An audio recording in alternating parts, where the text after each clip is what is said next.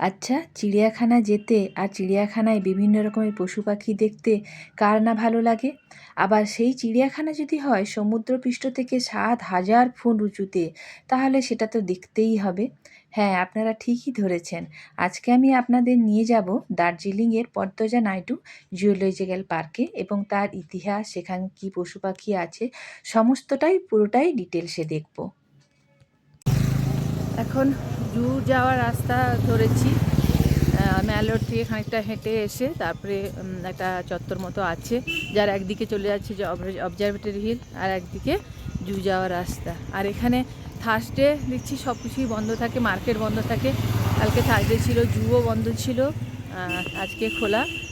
এমনকি কালকে থার্সডেতে ওই কেভেন্টার্সও বন্ধ থাকে, তো মানে মার্কেট বন্ধ থাকে প্রায় ম্যাক্সিমাম দোকান। তবে দোকান রাত্রিবেলা দেখলাম সব দোকান খুলে গেছে, এমনি সব দোকান, কিছু মেন জিনিস হয়তো বন্ধ থাকে।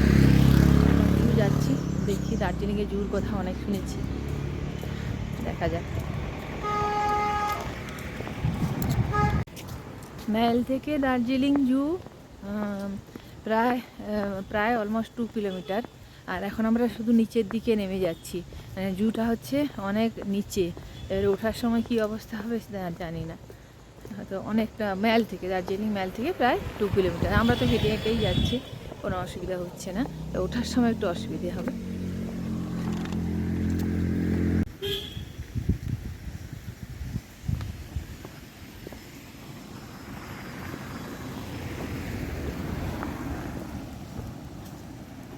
এইটাই হচ্ছে জু যাওয়ার রাস্তা। নিচের দিকে নেমেই যাচ্ছি। সাইডের ভিউ, PNHIM জুওলজিক্যাল পার্ক।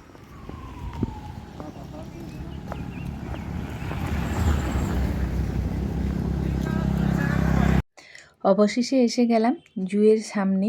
আচ্ছা, এটা জুর গেট, সঙ্গে এর ভেতরেই একই টিকিট দিয়ে ঢোকা যাবে হিমালয়ান মাউন্টেনিয়ারিং ইনস্টিটিউট। মানে দার্জিলিং জু আর হিমালয়ান মাউন্টেনিয়ারিং ইনস্টিটিউট একই টিকিটে, একই গেট দিয়ে ঢোকা যাবে। এটা হচ্ছে গাইড ম্যাপ। আর এটা ঢোকার ইন্ডিয়ানদের জন্য, জুতে ঢোকার ফি হচ্ছে 110 টাকা ফরেনারদের জন্য। ইন্ডিয়ান আর সার্ক কান্ট্রিজদের জন্য 110 টাকা, ফরেনারদের জন্য 180। আর ক্যামেরা DSLR নিয়ে এলে 10 টাকা আলাদা। তো সেই রকমভাবে এটা গাইড ম্যাপ। আমরা 110 টাকাতে টিকিট কেটে এই ঢুকলাম সবে জুতে।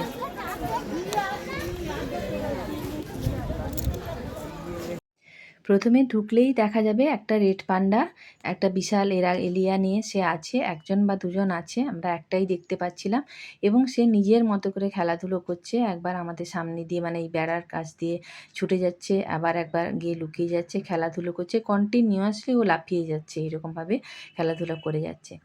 আর এই জু স্থাপিত হয়েছিল 1958 সালের 14ই আগস্ট পশ্চিমবঙ্গ সরকারের শিক্ষা দপ্তরের উদ্যোগে জহর পর্বত এলাকায় তখন এই জুটা প্রতিষ্ঠিত হয়েছিল।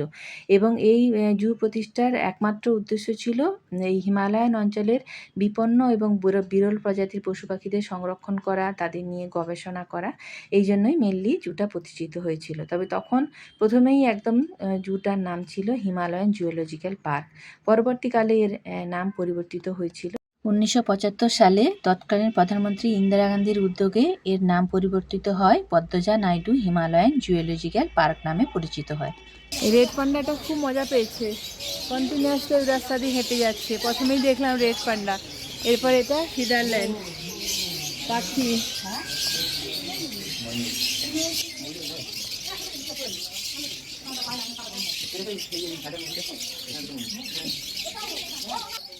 পাখিদের জন্যও কিন্তু এই চিড়িয়াখানা একটা স্বর্গরাজ্য। এই হিমালয়ান অঞ্চলের বিভিন্ন বিপন্ন এবং বিরল প্রজাতির পাখি এখানে রেখে সংরক্ষণ করা হয়েছে এবং তাদের মধ্যে প্রজনন করানো হয়। বিভিন্ন রকমের পাখি এখানে আছে, তার মধ্যে হিমালয়ান মোনাল, স্যাটাস ট্র্যাগোপ্যান, ব্লিথ ট্র্যাগোপ্যান, বিভিন্ন টাইপের ম্যাকাও আমরা সমতলে জুতে একটু অন্যরকম দেখি, এখানেও দেখি। এছাড়াও বিভিন্ন টাইপের মানে পাখি, এত মনে রাখাও মুশকিল। ছোট ছোট কিচকিচ করছে, সব কাঁচের খাঁচার মধ্যে রাখা আছে। এত সুন্দর সাউন্ড করে ওই জায়গাটা দিয়ে গেলে, পাখির জায়গাটা দিয়ে গেলে। যারা প্রকৃতি ভালোবাসে, পশু পাখি ভালোবাসে, তাদের কাছে তো এটা একদম মানে খুবই সুন্দর একটা জায়গা, খুবই ভালো লাগবে এই জায়গাটায় গেলে।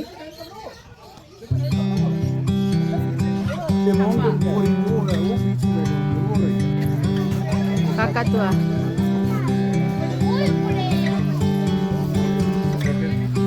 হ্যাঁ ব্লু এন্ড গোল্ড মেটাও জঙ্গল ক্যাট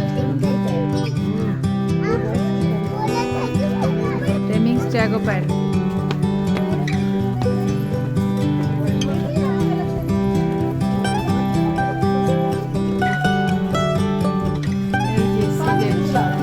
এশিয়ান পাম সিলেট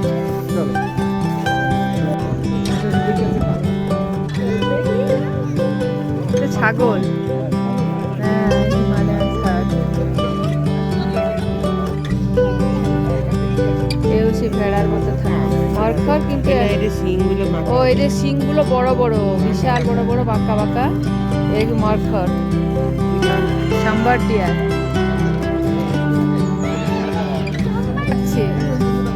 ভূতের মতো লাগছে আলপাকা এ ফটো তোলার জন্য এলো এখানে ফটো সেশন করতে এসছে আলপাকা ইয়াক হ্যাঁ সাঙ্গুতে বিশাল বড় বড় সাঙ্গুতে আরো বিশাল বড় বড় মিসমিটাকে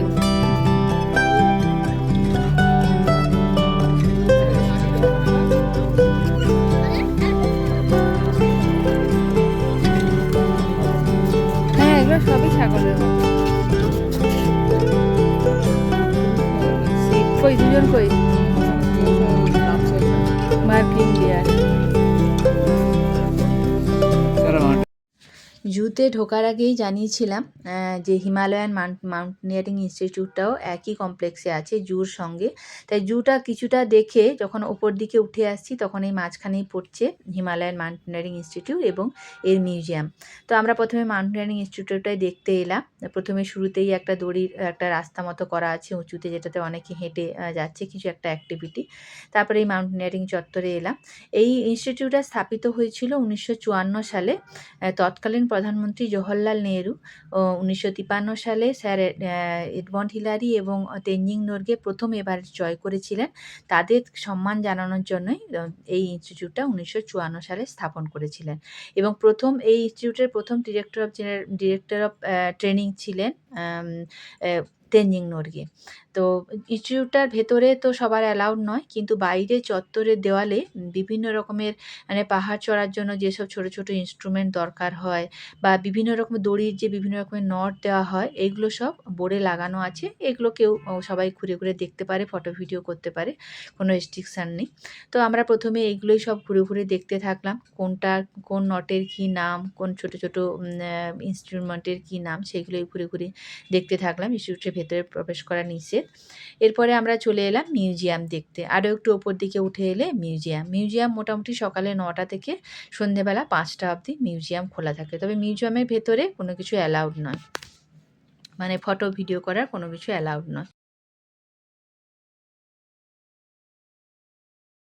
এটা হচ্ছে হিমালয়ান মাউন্টেনিয়ারিং মিউজিয়াম যেটা মিউজিয়ামের ভেতরে ক্যামেরা অ্যালাউড নয় ফটো ভিডিও অ্যালাউড নয় তো ক্যামেরা করার দরকারও হবে না মিউজিয়ামের ভেতরে এত সুন্দর মিউজিয়ামটা ভেতরে সব প্রথমে তো ফাউন্ডার যারা হিমালয়ান মাউন্টেনিয়ারিং ইনস্টিটিউট যারা করেছিলেন তাদের ফাউন্ডারদের ফটো আছে এরপরে আছে মানে মাউন্টেনিয়ারিং এর বিভিন্ন রকমের জিনিসপত্র সেই পুরনো মানে এভারেস্ট যখন প্রথম এভারেস্ট বিজয় শুরু হয়েছিল তখন থেকে শুরু করে এখন পর্যন্ত বিভিন্ন রকমের জিনিসপত্র মানে বিভিন্ন রকমের যে নাট বিভিন্ন রকমের যে লোহার যে আংটা বাংটাগুলো ওইগুলো স্কেটিং এর বিভিন্ন রকম যন্ত্রপাতি তারপরে স্লিপিং ব্যাগ জ্যাকেট ওই রকমের বিভিন্ন রকমের জিনিসপত্র আছে এছাড়াও এখানকার যে যারা আদিবাসী যেমন ওই যে লেপচা আরো খাসি ওইসব যারা আছে তারা যাদের বিভিন্ন রকমের ট্র্যাডিশনাল তাদের যে পোশাক আশাক গয়নাগাটি এবং সোর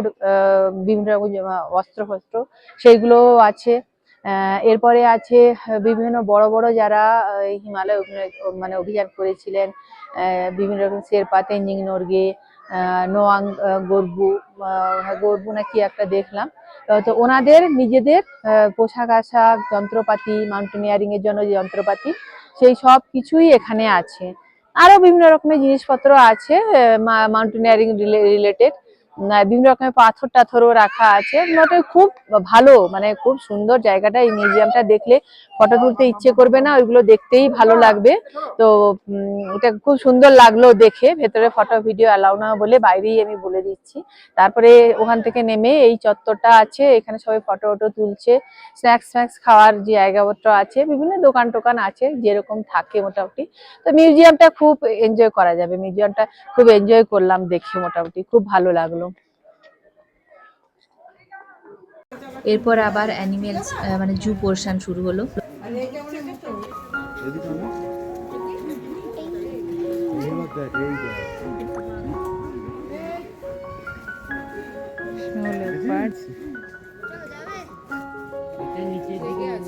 ঘুমাচ্ছে, এগুলো মেডিসিনাল প্লান্ট। পাসাম ভেদ। আর এখানে কি সুন্দর সরু সরু, এগুলো বাঁশ গাছ না কি গাছ হয়েছে কে জানে, সরু সরু বেড়ার মতো গাছ।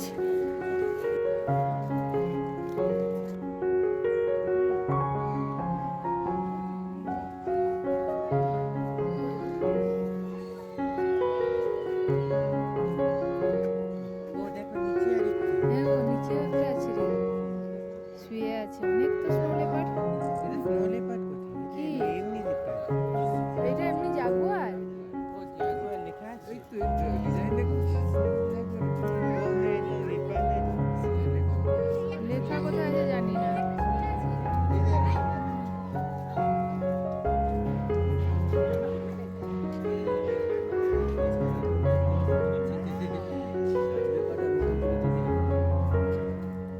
বাবা, এটা মুখ নাড়াচ্ছি দেখ, একদম পজিশন করে বসে আছি।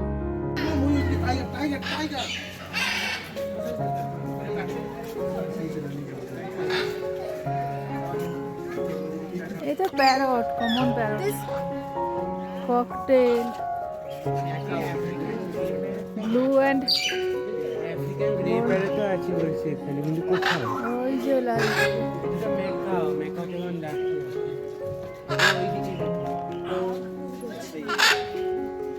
তার সাউন্ড শোন। এটা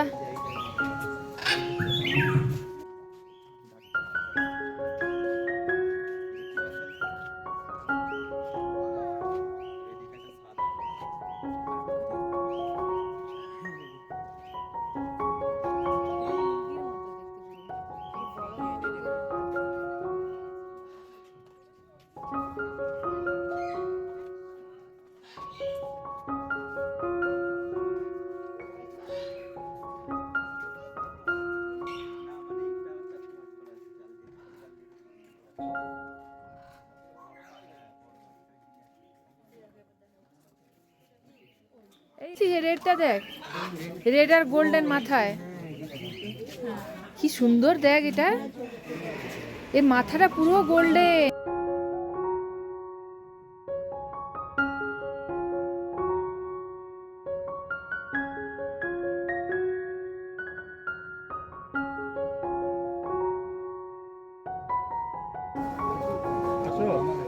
এত ছোট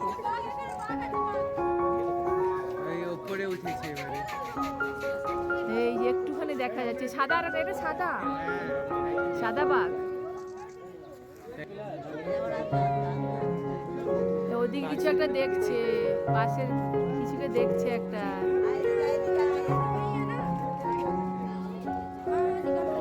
এই তো সাদা বাঘ, এ বসে পড়লো।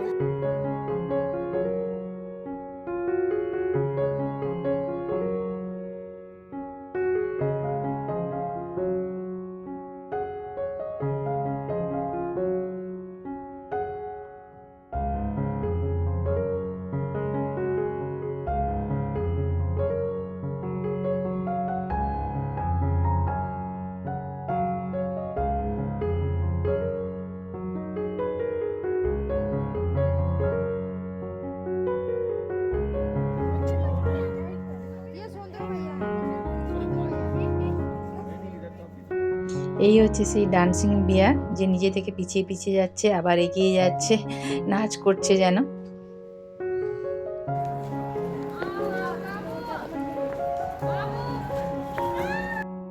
এটা হচ্ছে বেঙ্গল ন্যাচারাল হিস্ট্রি মিউজিয়াম। এই মিউজিয়াম সম্পর্কে একটু স্পেশালি বলছি। এখানে মোটামুটি ইন্ডিয়াতে যত রকমের পশু পাখি পোকামাকড় যা কিছু আছে সবকিছুই এখানে স্টাফিং করে খুব সম্ভবত প্রিজার্ভ করা আছে। আর এখানে বলছে এখানে অরিজিনাল সবই যা মানে বারবার লেখা আছে এখানে যা কিছু আছে সবই অরিজিনাল স্পিসিস মানে অরিজিনাল স্পেসিমেন। মানে মানে এরকম তো কোনোদিন দেখিনি। কত রকমের পশু পাখি পোকা মাকড় ছোট মানে পাখি থেকে বড় বিশাল বড় মানে পাখি আর বিভিন্ন রকমের পশু বিশাল বড় পশু থেকে ছোট ছোট ছোট্ট মানে স্কুইরেল পর্যন্ত সমস্ত রকমের পশু পাখি এখানে স্টাফিং করে এখানে রাখা আছে। এখানে অনেক বড় বেশ মিউজিয়ামটা, কাঁচের ঘরের মধ্যে সমস্ত স্টাফিং করে রাখা আছে। বিভিন্ন রকমের স্কিন রাখা আছে, এমনকি ক্রোকোডাইল পর্যন্ত স্টাফিং করে রাখা আছে, এলিফ্যান্টের পা ডাইনোসরের পা পর্যন্ত রাখা আছে। সমস্ত কিছু প্রচুর প্রচুর দেখে এত ভালো লাগলো। এত রকমের প্রজাপতি আর মথ দেখে তো আমার খুব ভালো লাগলো। মানে ছোট্ট মাছি থেকে শুরু করে বড় ভালচার পর্যন্ত সমস্ত কিছু পশু পাখি মোটামুটি আমাদের ইন্ডিয়াতে যা কিছু পাওয়া যায় সবকিছু স্টাফিং করে রাখা আছে। তো কেউ যদি দার্জিলিং জু দেখতে আসেন অবশ্যই এটা দেখবেন। এটা হচ্ছে বেঙ্গল ন্যাচারাল হিস্ট্রি মিউজিয়াম। খুব ভালো লাগবে এরকম মানে আর কোথাও আছে কিনা জানি না, আমি তো এই ফার্স্ট দেখলাম এইরকম ভাবে এই মিউজিয়ামটা করা আছে। মানে এটা অবশ্যই এই দার্জিলিং এর জু দেখতে গেলে হিমালয়ান জু দেখতে গেলে এটা তো অবশ্যই দেখতে হবে এবং খুব ভালো লাগবে, খুব ভালো লাগবে এটা দেখতে। আর এখানে ফটো ভিডিও কেউ মানে একদমই অ্যালাউড নয়, এখানে করাও উচিত নয়। আর ফটো ভিডিও ধরলেও মানে যদি শুধু ভিডিও করতে থাকতাম তাহলে আমি জিনিসটাকে এনজয়ই করতে পারতাম না, ভেতরটা সুন্দরভাবে দেখতেও পারতাম না। তাই ভেতরটা ভিডিও করে দেখালাম না। তো যে আসবেন নিজে থেকে এসে দেখবে, খুবই ভালো লাগবে জায়গাটা দেখতে, ঘুরে দেখতে। আমাদের জু দেখা হয়ে গেল মোটামুটি 2 আওয়ার্সের একটু বেশি সময় লাগলো। সত্যি খুব ভালো, খুব বিশাল বড়, অনেক অ্যানিমেল হয়তো কিছু নেই কিন্তু ভেতরে যে মিউজিয়াম গুলো আছে সেটা খুবই সুন্দর। ওই যে ন্যাচারাল হিস্ট্রি মিউজিয়াম যেটা দেখলাম তো খুবই সুন্দর। আর এমনি অনেক কিছুই আছে, ভালুক দেখলাম লাস্টে, ভালুক উল্টো পিঠে হাঁটছে, সামনের দিকে হাঁটছে, তো খুব ভালো লাগলো। মোটামুটি 2 ঘন্টার একটু বেশি সময় লাগলো। খুব ভালো একটা এক্সপিরিয়েন্স হলো। এখন আমরা জু থেকে বেরিয়ে এসেছি, এখন আমরা ফিরে যাচ্ছি।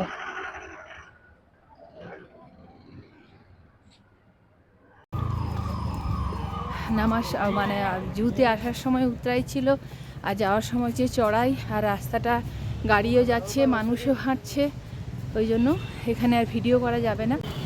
ভিডিওটা এখানেই বন্ধ করছি, কেন ওখানে চড়াই উঠতে হবে অনেকটা, প্রায় 2 কিলোমিটার। আর এখানে রাস্তায় গাড়িও যাচ্ছে মানুষও হাঁটছে, ওইখানে এই জন্য ভিডিও করাটা সুটেবল হবে না। তাই এই ভিডিওটা এখানেই শেষ করছি। তো আমার সঙ্গে দার্জিলিং হিমালয়ান জু দেখে অবশ্যই সবার খুব ভালো লাগবে, খুব ভালো একটা এক্সপিরিয়েন্স হবে। তো দেখতে থাকুন, সঙ্গে থাকুন, এক্সপ্লোরিং ইন্ডিয়া সুতপা। সবাই ভালো থাকবেন।